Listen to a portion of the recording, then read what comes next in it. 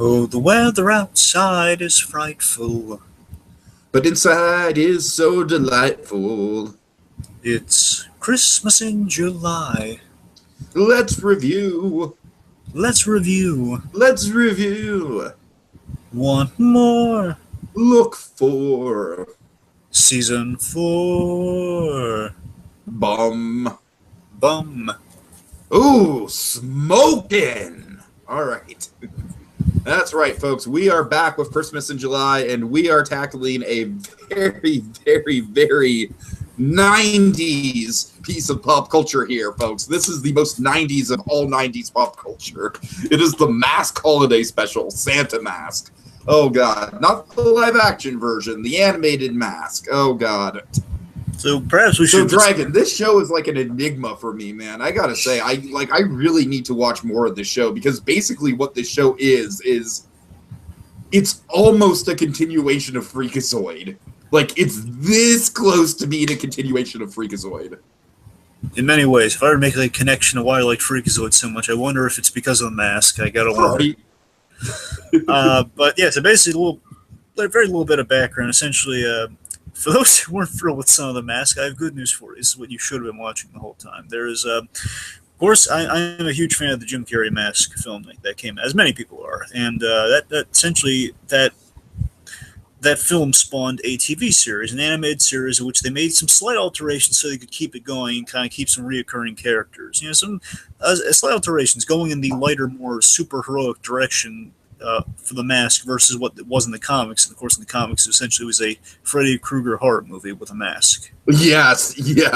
Oh man, that was he went around like chopping people up with an axe, right? That was the big premise. With an axe, and basically, imagine if all the Looney Tunes type things that all the Chuck Jones-esque measures that the Mask used, the Jim Carrey Mask used in the movie, were actually lethal.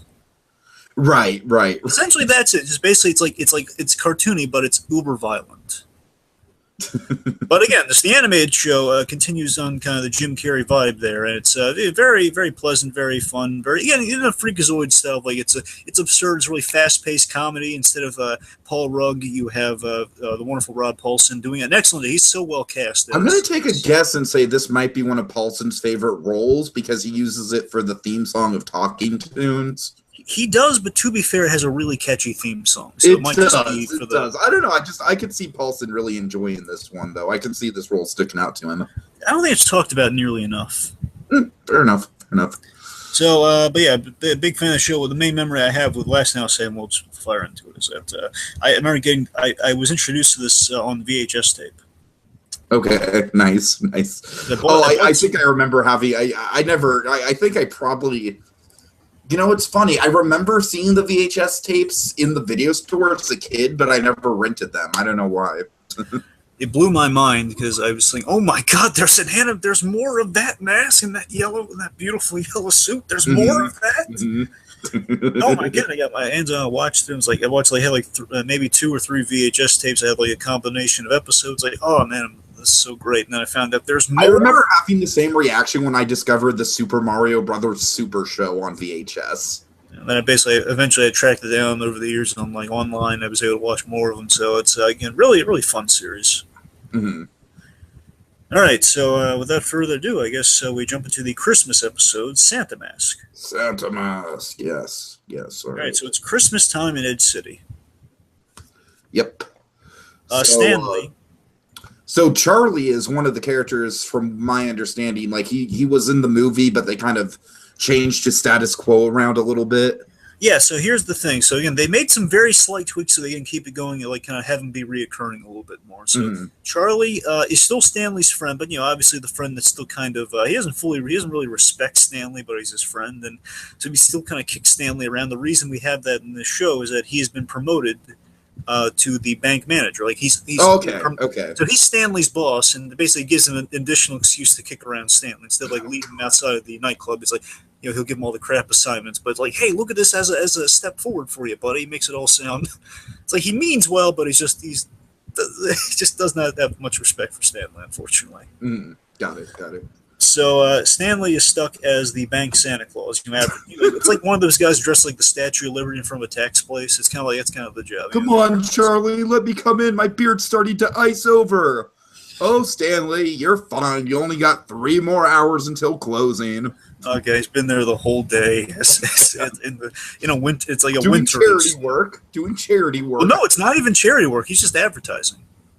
Oh God, that's right. I forgot. That's what I'm saying. That makes it all the worse. Oh man, it's like the Statue of Liberty job, like a Liberty tax place around Texas. You have it's quite literally. Yes, Dragon. I know that very well because 2 of my best friends in high school did that, and it was hilarious. And that's exactly what Stanley's doing for Santa Claus. He's not even getting Dragon, let me just quick, very, very, very tangent, okay? Like, I remember one glorious summer, these 2 friends worked back-to-back shifts as the Liberty Statue of Liberty guy. And so me and my sister would just, like, drive my sister's car around the block over and over again, just pointing and laughing at them. Oh, such fun. Such fun. Right. Anyways. I'm sorry for that brief tangent. Go ahead. Well, let's highlight Paulson's performance here, because what he captures and the reason I always loved his take on Ipkiss, because you gotta be fair, is that he's had more time than Jim Carrey had, but I think they both kind of measure up in an equal way, because you have. Well, I like how he's not trying to do a Jim Carrey imitation, though. Oh, of course, yeah. But he captures like the nice guy quality that Carrey had with his depiction of Stanley Ipkiss. Because Stanley Ipkiss in the movie, again, just the general model for the show in many ways, is he's modeled after Jim Carrey's father, who was a really kind of a nice guy finishing last in the world. So that's kind of the quality you have embodied by Paulson. He borders on wimpy, but at the same time, we see in this episode all over the place, he's a really nice guy, and you root for him. Right. And he can still cut loose and be crazy 8 ways of the Sunday when he puts on that mask. We'll get there. So he's been in there. He's got 3 more hours in the snow, not even raising money for charity. Mm-hmm. Let's see. He sees another Santa across the way, and he's yelling at him like, "Hey, this is the worst, right?" And it's not a Santa at all. It's a villain. So I'm going to have to explain all these villains I'm getting a sense of. So this is Walter. Probably. The important ones are Walter and Pretorius. Pretorius is the Tim Curry character later on. Okay. So essentially these 2. Walter is from the Violent comic, by the way, just so you know. Pretorius. All of these are in the series. Walter was like the one pull from the comic who was like like Nostalgia Creek kind of went into, if you ever want like clip notes on the guy, just the violent guy who wants the mask. And famously in the comic, he put on the mask and nothing happened. In this case of Walter, he's just like kind of a Frankenstein lackey of Pretorius who wants the mask for sciencey reasons. Okay. Essentially, there's always like a little bit of tension in this episode if Walter's going to recognize that, hey, that's Stanley Ipkiss, and he's going after Stanley Ipkiss outside of the mask persona. He's the mask. It's a question of if Walter's going to recognize that. So it seems like that doesn't realize it's him saying, "Oh, hey, fellow Santa, stuck in the snow." Oh, and then he comes over and says, "Oh boy," just realizing who it is. Mm-hmm. So the fight is interrupted by Putty Thing and Fish Guy. Yep. I'm just going to tell you the origin of these guys. The origin is hilarious. It's basically these 2 knuckleheads. They read comics, and they were like kind of very much a Jay and Silent Bob type. All right. They got the idea to it was like toxic waste or like a truck with toxic waste. Basically, it's like, hey, let's. So basically, that Family Guy episode. But way before it was done, yeah. Okay. That's the premise. Just they want to get superpowers like in the comics. So they just rolled around in toxic, like radioactive like stuff. The toxic. Probably more accurately, it's like the Toxic Avenger. Give or take. Yeah. Okay. Anyway, so they're in Santa suits, and again, so importantly, they're all in Santa suits. That's something we really got to stress. There's Santa suits up the yin yang in this episode. And my 2 favorite villains here, even though they don't get they hardly get any screen time, is I love Don Lovett. And by the way, those I'm sorry, take us to the next guy. And then the next guy, I don't have a name for him. He's just Stallone. He's like, hey, back off unless you want to mess with a Philly kid or something. You know what's hilarious? I looked into it because those guys kind of bug crap me because I don't recognize them guys. Those were purely created for the Christmas special. Okay. I don't think they came back again, but they were created for the Christmas special. They seem like the type of villains where it's like just a one-note gag, so I'm not surprised they're not. One styled after Don Quixote, the other one Stallone, and the one love the Stallone man, the Stallone one, man. It's so Animaniacs. You know what I mean? By the way, the one who's Stallone, his name's Dynamite Joe. Okay. It's a ridiculous name. So basically, like all these villains are falling in, rolling in like oranges in Santa suits, and I think there's only one we're neglecting. So again, there's Putty Thing and Fish Guy. Again, Fish Guy literally he's just a guy who turned into a guy-sized fish. Oh. It was very useless. Oh, then there's also Kablamus the Explodon.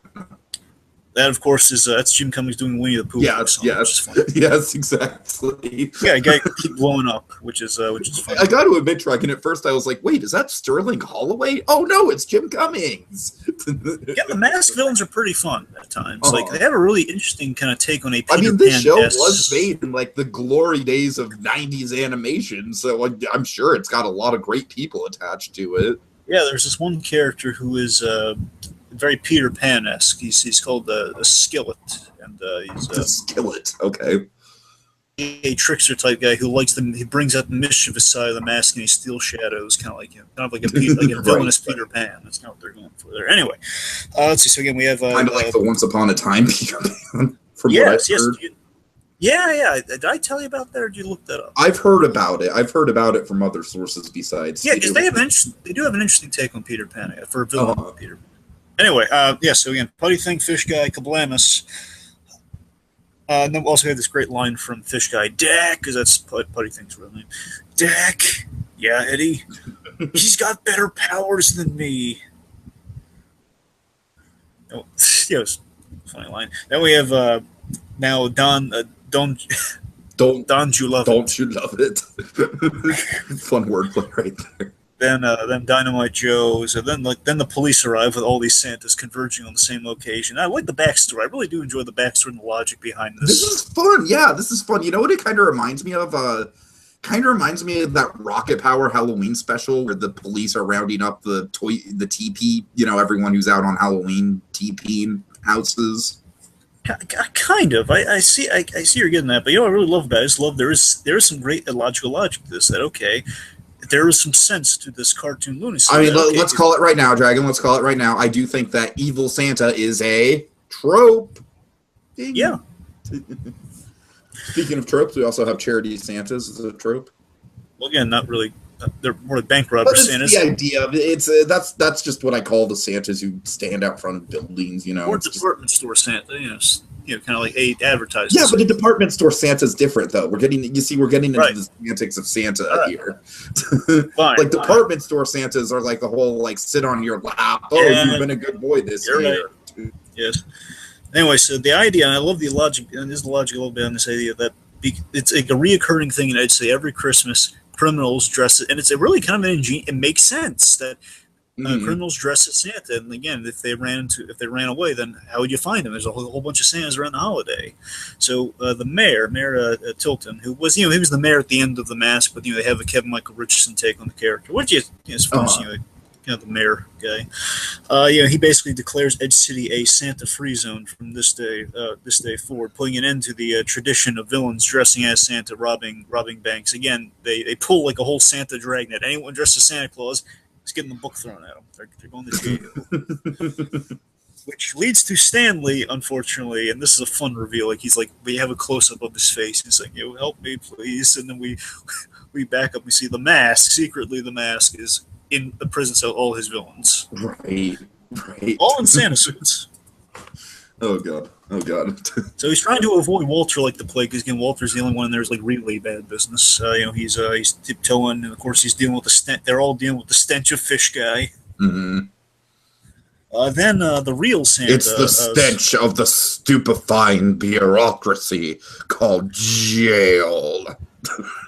Yes, so that's the real Santa, folks. And with that real Santa, we have the wonderful Jim Cummings doing an Orson Welles take on Santa. He's doing such a good Orson Welles impression that I legitimately thought it was Maurice LaMarche.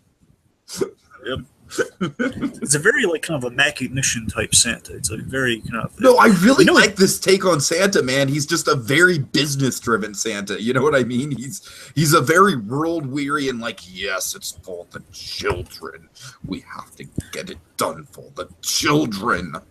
It's a very intimidating and serious Santa. Exactly. But it's just so different. It's so fun. And again, Stanley being the nice guy, he introduces himself, and then he realizes he thinks he's talking to a crazy person. You see, there's the missus, and my elves, and my snow sleigh license, my North Pole sleigh license. You ever try to get 8 reindeers to parallel park? The driving test was awful. So Stanley just thinks he's like a disgruntled post office employee. Mm-mm. And then Stanley is called because he's free. Because again, he's maybe Charlie bailed him out. Someone bailed him out. So he's out of there, and he's freed. But before he leaves, the real Santa is asking Stanley to fill in, basically saying, "Well, we need saying someone noble and heroic, not like you, but you know." I don't want you, but you're certainly the front runner in this room. Yeah. He's kind of putting a lot on Stanley here that I could use your help for the holidays because I'm kind of stuck in this cell. He's asking again, Stanley, he doesn't buy it, and he's like going even asking the guard. I mean, you don't believe in the real. No, of course, the whole setup of like, oh, Santa can't deliver the presents, so someone else has to. That's definitely a trope. Of course, questioning the belief of a real Santa. Yeah. Oh, it's straight out of Miracle on 31st Street. Absolutely. Yes, 30. Yeah. Okay. Let's see. So he asked the guard. The guard just kind of shrugged his shoulders. Maybe ask them. All right. It's just that constant quality of Stanley just can't win, where he's like going down the street, and kid's asking his father, "Is Santa in jail?" And then the father's spotting Stanley Santa Claus, and this is really nice. Again, Stanley being the nice guy, he puts on the beard real quick to kind of look Santa-like, and the kids say, "That's not Santa. It's just some jerk." And then I love the father just rubs salt in the room. He's like, "Let's go." Then he turns back to Stanley, jerk. The poor guy can't win. And this is nice. Yeah, Stanley hears kind of a Obi-Wan Kenobi style, like, "There's a lot of children who are going to be very disappointed tomorrow morning, jerk." I love the message here of, Stanley really probably shouldn't do this because, again, everyone's giving him guff about being Santa, and we're gonna see, right. It's like at this, and that's kind of what we pay off is that, again, Stanley's not the guy to go to deliver the gifts. Exactly. It's a lot to ask. You need to be really qualified. So in that way, Dragon, I like how it's kind of a subversion of the whole, like, oh, it's a Christmas miracle. I get to do. Oh, hold on, Dragon. I have to set this up, right? I have to set this up. Oh God. Let me get the lines. Let me get the lines in my head. All right. Gee whiz, Mrs. Claus. What happened to Santa? Well, Ace, that's exactly what I want you to find out. Someone kidnapped Santa. That totally does not rock. I mean, unless you're Kiss, you're really not qualified to save Christmas. Kiss is obviously qualified. I mean, we all know that. I still want McFarlane to make a Kiss Save Santa special. I still want that to happen. I would totally watch a full-length version of that. Let's see how well the Orville does before we see that. Again, I could buy a McFarlane Christmas special if he has enough clout to do that, Well, like I said, Kiss Save Santa. It's the perfect McFarlane Christmas special. It's already there. All right, so again, Stanley being the nice guy that he is, believing in Santa or not, he doesn't want to ruin Christmas for everyone. So he has the suit. Again, this is like kind of that really nice guy quality that Paulson brings here, which doesn't have a lot with his characters. Usually kind of the swarmy, kind of smarter, funny guys. He doesn't really get like a lot of the kind of like the genuinely kind of the earnest guys. He just says, "Well, I have the suit. That's a first step. Okay, and now I just need an instantaneous high-speed delivery system, which of course leads to the mask." The mask. Oh boy, here we go. And he assures Milo, and the idea is the reoccurring thing is like ever since episode 1, he's been saying, "I'm only going to use the mask for emergency situations." Because he doesn't want to put on the mask because he can't control what happens when he puts on the mask. Let's see. So he assures Milo it's for a good cause. Which leads to on Rudolph, on Prancer, on Mixon and Dixon, on Larry and Curly and Reagan and Nixon. That's Reagan and Nixon. Yeah. So Santa Mask is on the job, and we also see poor Milo, Max from the Grinch. He is decked out as a reindeer. Very much going in the Max role too. He's got like a red light glued to his nose. He's got big antlers. He's just all the bells and whistles, quite literally, and he does not look happy. Right. So we have a very, as he says, "I'm a liberated Santa." Yes. Oh my God! I love the way Tiki. In whatever version of the episode you watched, did you get the opening?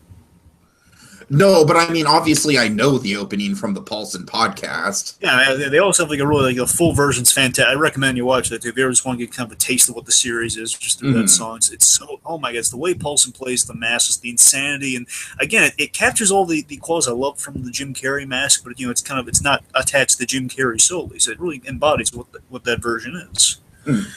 Anyway, so he's a liberated Santa. He uses a jack to lift the roof of a house up. Of course, He's so darn energetic. It's so contagious. He gets down there, and he asks the girl. He wakes the kid up, and he asks her what she wants. Santa? No, it's the Tooth Fairy. And she's very glib with. And I think this is the message that's throughout things. See, this is the kind of humor I would like in Invader Zim if they kind of scale it to this level here. Like keep it still upbeat. It's always like it's like scary glib. This is like funny glib. Like he's asking him all these logistical questions, and he's just kind of giving her a guff back. He's asking, "What do you want?" I saw you already, Santa, in the department store. You should know what I want. God. No, I want a rocking horse. And then basically he does her one better. Well, I was thinking, how about the real thing? A race horsey. Yep. A real horsey. A race horsey. Yeah, here's 20. He says it so fast, it's so wonderful. Yeah, he's like, put him in the race next Sunday. We'll split it 50-50. I'll come back next week. Yep. $20 to win on the first race. Like, oh, yeah, right. That's my Tiki. That's my kind of Santa, I gotta say. So then we had this one's so I don't know if you remember this. So in the Mask movie, of course, we had these two characters were in the movie. They were funny. It was the Lieutenant Calloway and Doyle. They were the cops. They were going after Ibkiss and them, basically following up on the bank robbery. Movie. So the idea is is in the series. These guys are in every episode. It's very much Calloway. Based on events we did not see animated, but the events of the movie, he knows that Ibkiss is the mask, but he can never prove it. Right, he knows it in his gut that. Yeah. It infuriates him that he can't prove it. And Doyle's just a nice guy. Just says, he's very game for. He eats donuts a lot, but he's like such a nice guy. He's always like kind of the yin to Calloway's yang. Mm. Doyle is kind of like the Ralph the Guard to Calloway's Bullock. Very much so, yes. Actually, that's because I've always made the comparison between Ralph the Guard and Bullock, at least in terms of the design of those two. I gotta tell you though, for this pairing, that is a perfect comparison. Yeah, it is. All right. By no means is Calloway a Jim Gordon. I'll say that much. In no way, shape, or form is Calloway even remotely close to a Jim Gordon. Bullock, I could buy. Okay. Anyway. So they spot Santa Mask breaking in there. Again, bear in mind, this is all with the one house. That's the funny thing about it. Yeah, exactly. That's a great play. Again, it's a great play on the trope. It's like we literally get one house in this whole Christmas special, and then the rest is just crazy land. And it makes all the sense in the world because the mask, the fatal flaw of the mask, the reason Ibkiss can't trust the mask, the reason he doesn't like using the mask is because the mask is unpredictable, and the guy gets sidetracked left and right. And exactly. As magical as he is, he can't control time. Mm-hmm. So let's see. So again, they're all looking out for Santa Claus to see the mother of all Santas with Santa Mask. They're going for the arrest, and he was like calling on a megaphone, "You're under arrest." I'm underdressed. I thought I have all the bells and whistles on. I think I went the whole 9 yards, including accessories. Yeah. Calloway saying, "Sit on my lap so I can read you your rights." So then we have we have these sleigh. I love the fact that the mask drives a sleigh copter, which still needs a dog. But really, in no way does it need a dog. He just wants no, that's the great thing. The dog is literally just for like the visual cue. Like the mask is like so like, oh, I could just picture like off camera. You know what I mean? Like, oh, come here, Milo. You're going to be our reindeer who's going to guide the way. Oh yeah. So let's see. So then we have a copter chase here. While they're driving on the ground, they're following the copter going down the street. Doyle, mid-pursuit, thinks it's the real Santa. And then Calloway has a very well, before that, his mask is saying, like, "Eat my fairy dust," as he bolts, and then Doyle's convinced based on that. So then Calloway goes into the story here. When I was 5 years old, I asked for a Captain Choo Choo. And did I get my Captain Choo Choo? No, I did not. What do you get? What do you get? You know what? I'm so sorry. I don't have it written down. Here's what he got instead. Instead of the Captain Choo Choo, he got a flannel shirt. A flannel shirt, of course, yeah. Shirt, and boy, oh boy, does that come back in spades. Oh yeah. So again, based on that, he's like, they're all fakes. Every single one of them, they've been fake ever since that event as a kid. So the mask is flying by their car, and it's then that Kellaway realizes that Santa is in fact the mask, and he tries to pull off the mask, for lack of a better word. Yeah, he's pulling on the beard, though, that gets in the way. This leads to my favorite sight gag in the episode, Dragon. I just cracked up so hard. Can I say something before we get into it? Yeah. Just real quick, I want to. The mask is really, he's not letting up. I would expect the mask to kind of give him a win in this episode, but he did give Kellaway a win because what he does, he pulls up to the sleigh just to mock him, and he says, "Well, ask, you ask and ask in the letter, but have you been a good little boy?" Just kind of mocking Kellaway unrelentingly about how he just got snubbed for the gift when he was 5. So yeah, how'd you like me to do that to your facial hair, bucko? And then we get this ridiculous, he takes a magnifying glass up to Kellaway's, he's got this tiny little 5 o'clock shadow hair that he pulls out. With a pair of tweezers, he's... Oh, that is just some fun sight gag humor right there, Dragon. Oh yeah. Let's see. Then the chase goes on. He drives through a park onto some ice, basically like an ice skating ring in the park. Mm-hmm.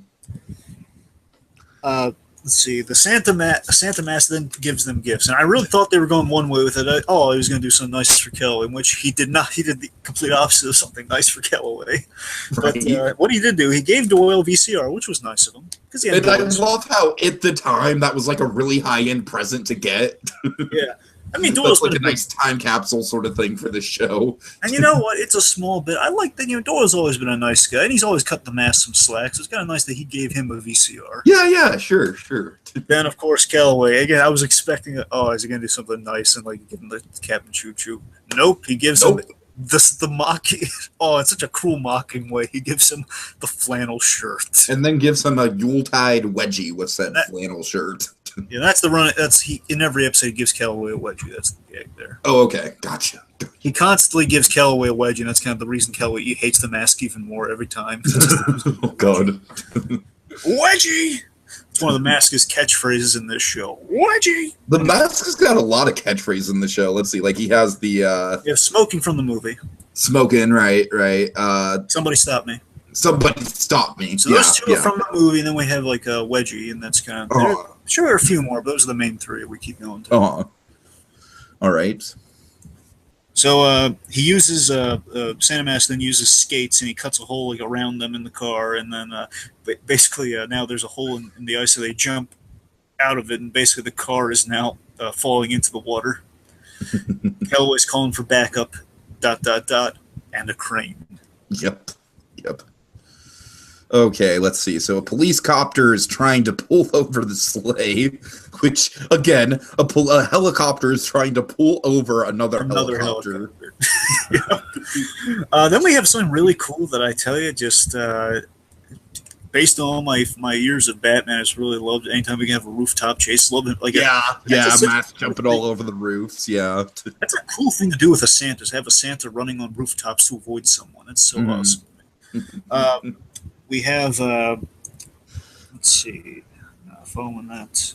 Well, he's like, what kind of welcome is this for a Santa? Then he sees him a giant welcome Santa on neon lights. Yes, on it's like a power plant sort of little funnel thing, one of those it's a smokestack. Some smokestack says "Welcome Santa." Well, that's more like it. And he jumps in and he finds it is a trap set. And he also switches. He switches the letters to "No Santa's here." Yeah, which is funny. And now this guy is this is the arch enemy of the mask in the show. I pretty much took that away from it. Yeah. And this is the Tim Curry character. This is Pretorius, right? That's how you say his name? Yes, Pretorius, yeah. Okay. And again, Pretorius and Walter are the big baddies. Gotcha. So he wants, and this to me is a little ridiculous that he does not realize that is the mask. That's silly beyond all belief. Right. It really is, because this is just so ridiculous, but it's so ridiculous that's a little funny. My motive has nothing to do with spoiling holidays and everything to do with science. Yeah, it's so ridiculous that again, this guy very exclusively goes after the mask, and Stanley, because yet he can't realize that it's the mask. He thinks it's the real Santa, and he's going after Santa's magic bag. It's so everyone knows the real Santa has like latex green skin. Yeah, of course. So he's asking, he wants Santa's magic bottomless sack. Yeah, I actually really like the logic of this, Dragon. Like that a supervillain would be obsessed with getting the power of the bottomless sack. Yeah, I could buy that. Because essentially what the bottomless sack is it's basically a pocket dimension. Exactly. So then Santa, and this is funny here, just again, Tim Curry was just kind of his dead. He has like a deadpan delivery at Pretorius. It's pretty funny. Mm-hmm. Where basically the Santa mask saying, "Do I sense a little?"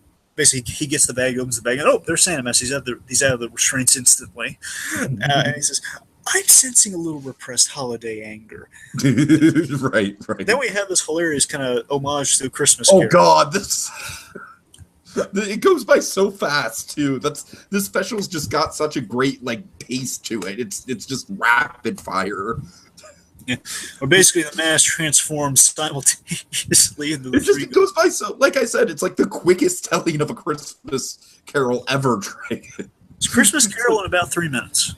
we got like the kid Pretorius like on Santa's lap. Like, oh, I don't know if you noticed this or not, but the gag with Pretorius is that he literally grabbed his head and they put it on a kid's body because Pretorius's head comes off. I did not notice that. I just thought it was like a little kid version of Pretorius. It's kind of funny though. If you notice, he like literally rips his head off and puts it on. Okay. Because again, his head comes. He has like little like spindly legs on the bottom of his neck. He can come back. So, detachable head. Anyway, he's a robot body, human head. Anyway, go on. Yeah, and Pretorius is just like, it was not like that at all. That's the deadpan delivery from Curry. You didn't get that dissection kit you wanted. Yeah, the ghost of Christmas present with a very Latin little drummer boy. It's so funny that it's such a cheap gag. Is that the mask is literally transformed into a present. Mm-hmm. Ghost of Christmas present snare drum, like a crump snare drum. Boy. Like a crump snare drum coming to stores. Yeah. Okay. Yeah, so then we go immediately to Christmas Future, which I love. Kind of stirs some ridiculous fright in Pretorius here for a moment. Mm-hmm. And the Ghost of Christmas Future gives him a gift. He gets a gift from the mask. It's not a watch. Boom! And again, the head blows off. Again, hence the right. Head blows off the body. I'll get you for this. Right, it's good to have New Year's resolutions. So then he jumps out of the smokestack and changes the letters to "Hey police, Christmas presents here." Yeah, kind of a vigilante-esque thing to do. Like, hey, I got a bad guy for you. Right. So he escapes, changes the sign, leaves little thing in cups. He uses a remote to summon Milo. Mm-hmm. Well, and that was an amusing digression. Yep, he realizes he has only delivered one gift so far. Right. Well, good thing I've got plenty of time. Yep. Then in the cell, in the jail cell, Dynamite Joe uses Kablamus just right, so they don't all get blown up. Of course, it's Dynamite Joe. Yeah, Dynamite Joe. I use Kablamus here, and I take him here, I bring him there, I hold him, I squeeze him a little, and I blow the wall. I don't blow us all up because that will put an end to the special. Yep. Whoa. Right. Yes. So, as they blow the wall, they're all out of there, including, of course, this would be a big payoff, as you can probably assume, the real Santa is also out.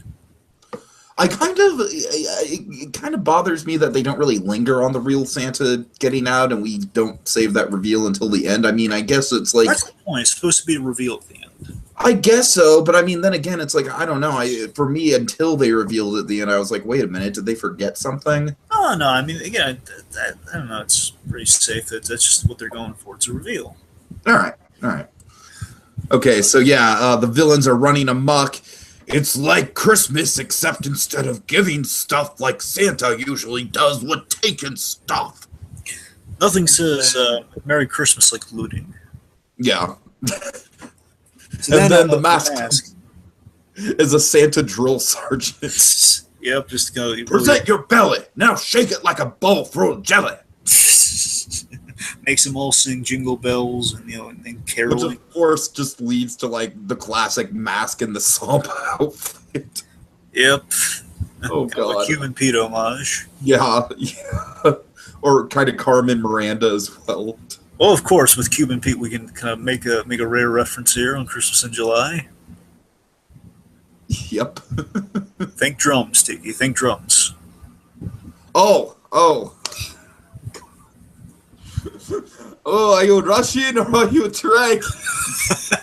That felt so forced. That Lucy, gag is done and over with. Lucy, I don't know what's going on. Are you Russian or are you dragon, little Are you Russian or are you Drake?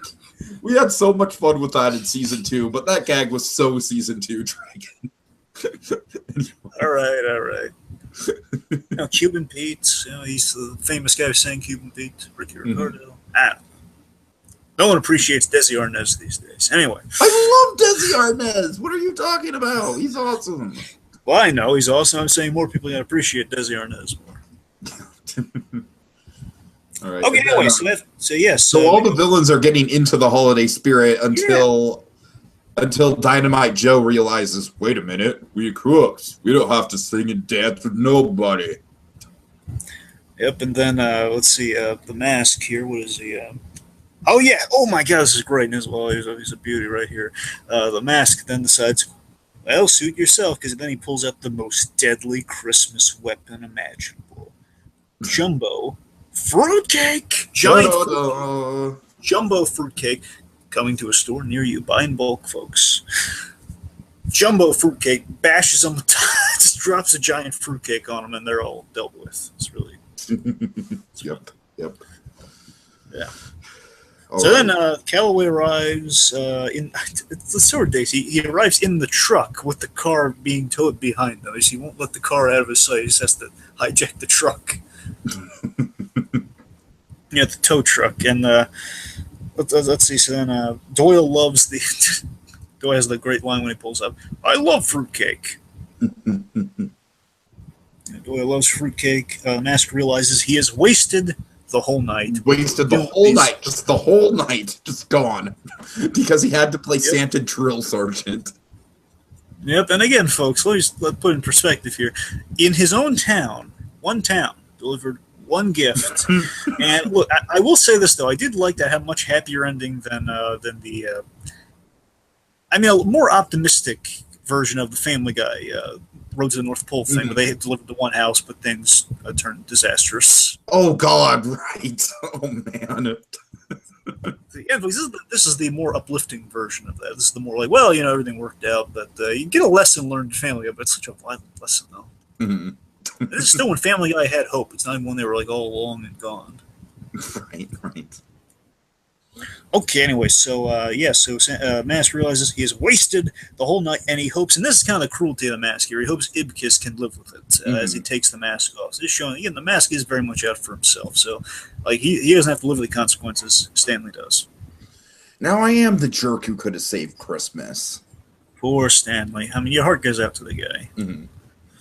Then Milo points out where they happen to land. They're behind that jerky kid from earlier. Milo, points out to the window. Stanley looks in and sees the kid. Get the gifts were delivered. The kid's playing with the toys he got under the tree.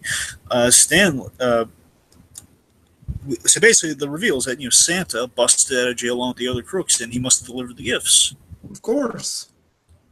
So Stanley's all he's all ecstatic. And he's just spreading the word to everyone on the streets. Like, Santa exists. He's real. He exists. All the gifts got delivered. Even they bumps into Calloway and he says, "Look, come on, I'll show you." He's like, Santa would never do this ordinarily, but she's grabbing Calloway and he's showing him. She's showing him to the jail cell. Look, they escaped. It's the real Santa. And to show you that Santa really does cover his tracks well, Calloway's saying, "Look, Ed Kiss, look at the booking. There was no Santa by that description booked." Yeah, all the Santas were cataloged. None of it was him. Yeah. Then we have so it's Christmas Day. Now, if you don't mind, it's Christmas morning, so I'd like to bowl a few down at the landfill lanes.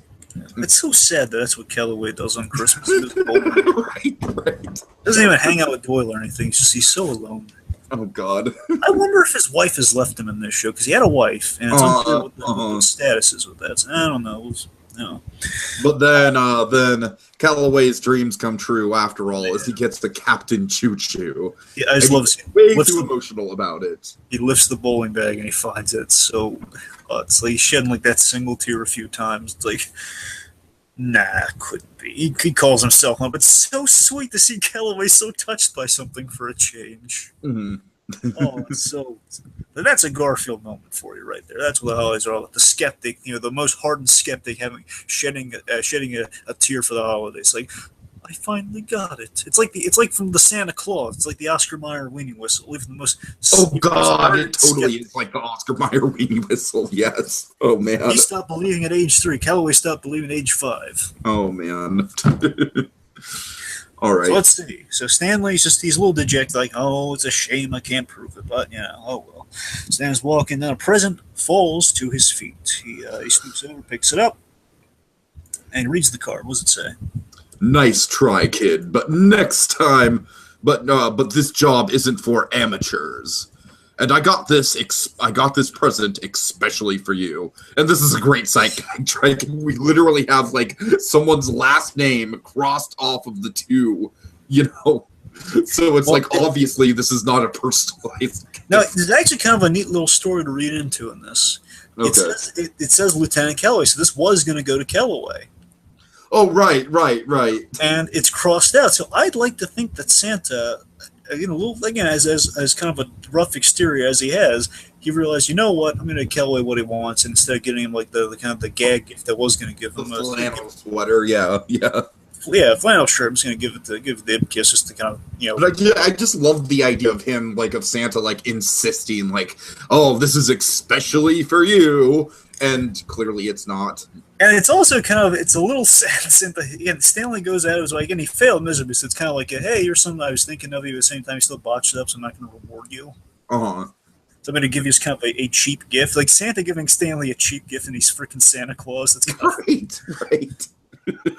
So yeah, it's a flannel shirt. And again, I like that Stanley's content with it. It's less the fact that the flannel shirt is happy that, oh my God, there's a Santa Claus. Yeah. It's American. Sure.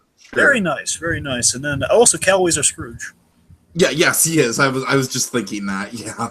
And then this is nice. Our ending is really the one gift. I like that it ends on the one gift that the mask did give. I mean, to be fair, it's an awesome gift. It's such a fun, irresponsible gift. Yeah, exactly. The little girl is riding on her racehorse down the street. All right. Okay, and that was Santa Mask. My God, what a crazy episode this one. But I liked it a lot, Dragon. It's very much in the same sort of style of Freakazoid or Animaniacs. You know what I mean? It fits right in there in that kind of vein of other '90s shows. In that same sort of style. It's a little bit rapid fire. It's very fast paced. I'm not really sure if the message gets across, and I gotta say, at certain points the animation is a little questionable, but other than that, I mean, this is a lot of fun, and I'm glad we did it. Yeah, just a whole lot of fun. Brings us some great memories for the show. I've never really seen this one before, and I was because I have to come by them as I found out now. I now have access to all of them if I were to find them online, but they never did an official release on this one. It's a shame, but yeah, I mean, I had a lot of fun with this. It was it's kind of great how they kind of found we'd work everyone in there. We had some nice logic here and there, also some great gags, and the Christmas Carol thing with Pretorius was laugh out loud funny to me, and again, it's a lot. It feels true, like the elements I like about the mask. And at the same time, it has like those little sweet moments, like those Garfield-esque moments, like when Calloway gets his Captain Choo Choo. I mean, it's a nice special. It's a fun '90s special. That's what it is. It's a very nostalgic special for me. All right, so peeking underneath the tree dragon, we're going to go from a very, very, very comical hero to a somewhat more serious hero who's also on the comical side. We're going to talk about the Flash. Another guy in a red suit. Yeah, another guy in a red suit. Exactly. And he probably could actually deliver all the gifts in one night if he wanted to. Mm-hmm. So we're going to talk about the Flash, the season 1 Christmas special for the Flash. Yes. All right. One of my favorite episodes from season 1. Oh, yeah. Okay, so Tropes Dragon, what do we got? Of course, we got Christmas Carol with the Pretoria Spin. Yeah, of course. Calloway's Scrooge. Calloway's Scrooge, yeah. Let's see, the charity Santas, the idea of like villains dressing up as Santa. Yep, evil Santa by approximation. The whole Miracle on 31st Street, like mistaken identity of the real Santa. Not delivering all the gifts on Christmas. And of course the setup, like, oh, you have to play Santa Claus. Yep. Let's see, an unconventional Santa. Mm-hmm. Very much so. Kind of a Grinch reference with Milo. Yes. Let's see. The Santa gift that I never. Camp? What? I said Santa Boot Camp. Sure. I feel like we've seen that before. Probably. We had some. The closest thing I can remember is from Jingle All the Way. Jingle All the Way is what I'm thinking of. Yeah. Let's see. Of course, we have like the coveted gift. The Captain Choo Choo. Oh yeah, of course. Getting clothing. Flannel shirt. Mm-hmm. Let's see. Getting the pointed letter from Santa. We had that in the Johnny Bravo special where he says, next time. That's very true. That's very true. In this case, we have better luck next time. Right. I think it's a lot of good ones there. All right, so The Mask is an amalgamation of different pop culture and all kinds of crazy jokes and references and whatnot and so on and so forth. And what we like to do here on Christmas in July is we like to take specifically the Christmas tropes and the Christmas references and blend them into a crazy mask of itself. That crazy mask is Christmas in July. That is our goal here, our mission and whatnot. But Tiki, I think we're glazing over the one single most important question in all of seasonal Yuletide humanity. How the heck are we going to just trash compact all these wonderful holiday tropes? How are we going to get them like to a little garbage cube of awesomeness? Of seasonal Yuletide awesomeness. How are we going to sift through that, Tiki? How are we going to compile, analyze, and figure out what it all means, Tiki? How, I beg you, I'm so darn curious. How are we going to do that, Tiki? If only there was a phrase to describe it. If only there was a phrase, but I can't think of it at my wit's end, Tiki. What's the word? What's the term we could use for this? What? Don't have a heart attack, man. We're putting the mistletoe underneath the microscope. Next time on Christmas in July.